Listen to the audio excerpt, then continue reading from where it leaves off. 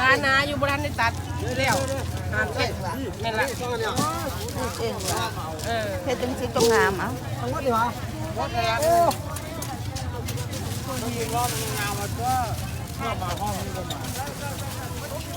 ไปบ้านนั้นจะบัดห้องหวดเพชรบ้าน2 แนว 3 แนว5 โลรถเกี่ยวที่รถ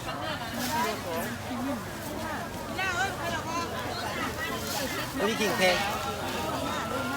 กิ่งหอมดูนี่พระเจ้าไปเฮ็ดน้ำขิงเรือตัวนี้มาเด้อพี่น้องมื้อนี้ไปตลาดแต่เช้าได้อาหารมากิน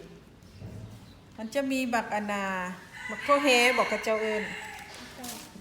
โคเฮโคเฮแล้วก็บักทั่วมะขั่ว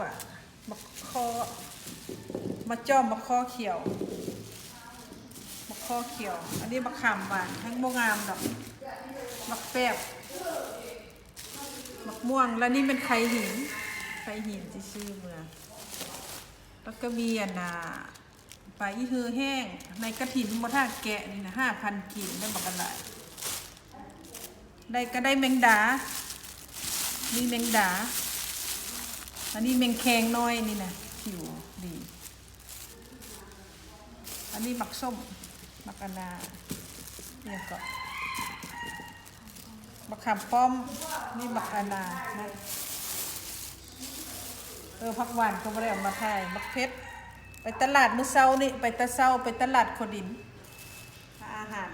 บ้านอาหารมาถ่ายให้เบิ่งเอาเท่านั้นเด้อมื้อหน้าสิถ่ายเบิ่งใหม่